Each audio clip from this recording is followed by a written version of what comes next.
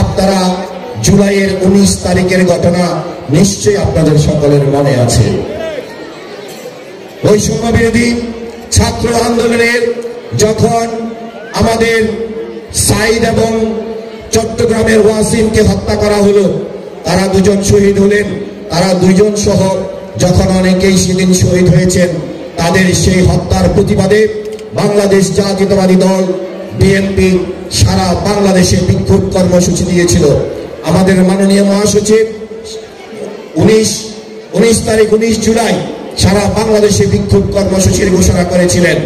সেই সুবাদে আমরা যখন 19 জুলাই আমাদের বিক্ষোভ কর্মসূচির জন্য প্রস্তুত হচ্ছিলাম, সেই দিন আপনারা দেখেছেন কুখ্যাত সন্ত্রাসী এই কুমিল্লাকে যারা লুটে পুটে খেয়েছে, শোষণ করেছে, দুর্নীতি করেছে, মানুষের উপর তাদের যে ক্ষমতার অপব্যবহার করেছে, আজকে যারা এই কুমিল্লা থেকে চিরতরে পালিয়ে গিয়েছে, সেই খুনি বাহারের নির্দেশে আপনারা দেখেছেন, সেই খুনি সূচির নির্দেশে আমাদের উপর আমাদের প্রিয় নেতা হাজী আমিনুর রশিদ ইয়াসিন সাহেবের বাড়িতে সেই দিন শত শত অস্ত্র নিয়ে হাজার হাজার আওয়ামী লীগের সন্ত্রাসীরা সেই দিন আমাদের প্রিয় নেতা হাজী আমিনুর রশিদ ইয়াসিন সাহেবের বাড়িতে গিয়ে গুলি বর্ষণ করেছে। অমানবিক গুলি বর্ষণ সেদিন করেছিল। সেই দিন আমাদের অসংখ্য নেতাকর্মী হাজী আমিনুর রশিদ ইয়াসিন সাহেবের বাড়ির সামনে সেদিন গুলিবিদ্ধ হয়েছে, আহত হয়েছে। তারা সেখানেই গুলি করে ক্ষান্ত হয়নি। তারা সেখান থেকে পরবর্তীতে আমরা যখন আমাদের এই তালতলা চৌমুহনীতে সৈয়দ বাড়ির সামনে যখন আমাদের এই রাজিউর রহমান রাজীব সহ আমাদের বকুল ভাই সহ আমাদের নেতৃবৃন্দ যখন আমরা প্রস্তুতি নিচ্ছিলাম বিক্ষোভ কর্মসূচির জন্য, সেই দিন সেই সন্ত্রাসীরা সেখান থেকে জীবনে এই স্বাধীনতার পরবর্তী সময়ে যে ধরনের ঘটনা বাংলাদেশে ঘটেনি, এই কুমিল্লায় ঘটেনি, সেই দিন 19 জুলাই তারা ঘটিয়েছে। আমাদের এই বৃহত্তর সত্তা এলাকায় তারা সশস্ত্র অস্ত্র সহকারে আমাদের সত্তা চৌমুহনীতে এসে সামনে যখন আমরা জড়ো হচ্ছিলাম, আমাদেরকে অতর্কিতভাবে গুলি বর্ষণ শুরু করে। সেই দিন আমি নিজে গুলিবিদ্ধ হয়েছি। আপনারা জানেন, আপনাদের দোয়ায় আমি মানবিক কাজ করেছি বিদায়, কুমিল্লার সাধারণ মানুষের দোয়ায় সেদিন আমি হয়তো প্রাণে বেঁচে গিয়েছি। আজকে আপনাদের সামনে দুটি কথা বলার সৌভাগ্য হয়েছে। আমাদের যুবদলের যুগ্ম আহ্বায়ক শহীদুদ্দিন ছোটনকে নির্মম ভাবে সেদিন কুপিয়ে কুপিয়ে রক্তাক্ত জখম করেছে। তাকে কুসাইতলী হসপিটালে নেওয়ার পর তারা রাখিনি, বলেছে সে যে কোনো সময় মারা যেতে পারে। আমরা দ্রুত সময়ের মধ্যে তাকে ঢাকা পাঠিয়ে দিই এবং আপনাদের দোয়ায় সে তার জীবন ফিরে পায় এবং আজকে সে এখানে উপস্থিত রয়েছে। আমার বন্ধু আমার সাথে আমাকে বাঁচাতে গিয়ে আমার বন্ধু মেহেদী হাসান সুমন সেদিন আহত হয়েছে, তার হাত ভেঙে দেওয়া হয়েছে, ওই সন্ত্রাসীরা তার হাত ভেঙে দিয়েছে।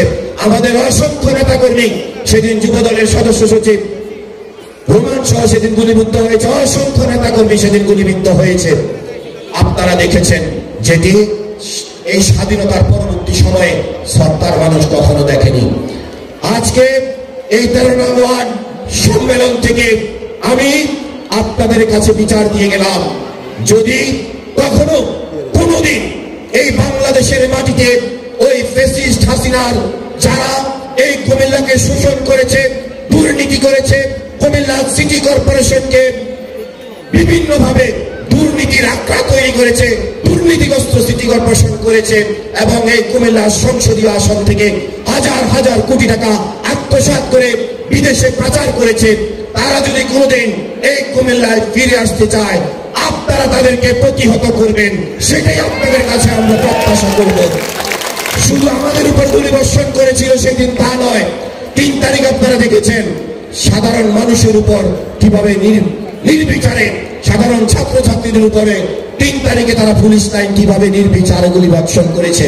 আমাদের অসংখ্য ছাত্রছাত্রী সেদিন গুলিবিদ্ধ হয়েছে, আহত হয়েছে। তারা সেদিন ছাত্রছাত্রীদের উপরে কিভাবে লাঠিপেটা করেছে আপনারা সকলে দেখেছেন। আপনাদের কাছে বিচার দিলাম, আপনারা বিচার করবেন। এই বর্তমান যে সরকার, ডক্টর ইউনূসের সরকার, আমরা এই সরকারের কাছে বিচার চেয়ে কোনো লাভ হবে কিনা আমরা জানি না, কারণ আজকে পর্যন্ত আমরা দেখলাম না এই যে আওয়ামী সন্ত্রাসী এত শত শত অস্ত্র আমাদের উপর প্রয়োগ করলো, আমাদের এখানে এসে আমাদেরকে গুলিবর্ষণ করলো। আজকে পর্যন্ত আমরা দেখলাম না সেই সমস্ত অস্ত্রধারীদের একটি অস্ত্র প্রশাসন উদ্ধার করেছে। তাই আমরা মনে করি এই সরকার হয়তো আওয়ামী লীগের এই কোনোভাবেই এই সন্ত্রাসীদের বিচার করতে পারবে কিনা আমাদের সন্দেহ রয়েছে।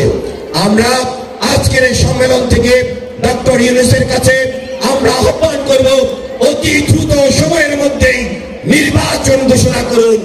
আগামী দিনে বাংলাদেশের 18 কোটি মানুষ অপেক্ষা করছে, তাদের গণতান্ত্রিক অধিকার, ভোট প্রয়োগ করার অধিকার তারা ফিরে পেতে চায়। গত 17 বছর আমরা আন্দোলন করেছি মানুষের গণতান্ত্রিক অধিকার, তাদের ভোট অধিকার তাদেরকে ফিরিয়ে দেওয়ার জন্য। আমার নেতা বাংলাদেশ জাতীয়তাবাদী দলের ভারপ্রাপ্ত চেয়ারম্যান শ্রদ্ধেয় তারেক রহমান, তিনি বলেছেন আমার ভোট আমি দেব, যাকে খুশি তাকে দেব। তাই যে কোনো ধরনের যে কোনো দলেরই নির্বাচনে অংশগ্রহণ করার অধিকার আছে। বাংলাদেশ জাতীয়তাবাদী দল কোন দলকে ভয় পায় না। বাংলাদেশ জাতীয়তাবাদী দল চায় গণতান্ত্রিক প্রক্রিয়ায় প্রত্যেকটি রাজনৈতিক দল নির্বাচনে অংশগ্রহণ করুক এবং প্রত্যেকটি রাজনৈতিক দলের সাথে প্রতিযোগিতা করেই বাংলাদেশ জাতীয়তাবাদী দল বিএনপি বিপুল ভোটের ব্যবধানে ধানের শীষ প্রতীক দিয়ে সারা বাংলাদেশের 300 আসনে ইনশাআল্লাহ বিজয় অর্জন করবে। সেই প্রত্যাশাই আমরা প্রত্যেকটি নেতাকর্মী করি।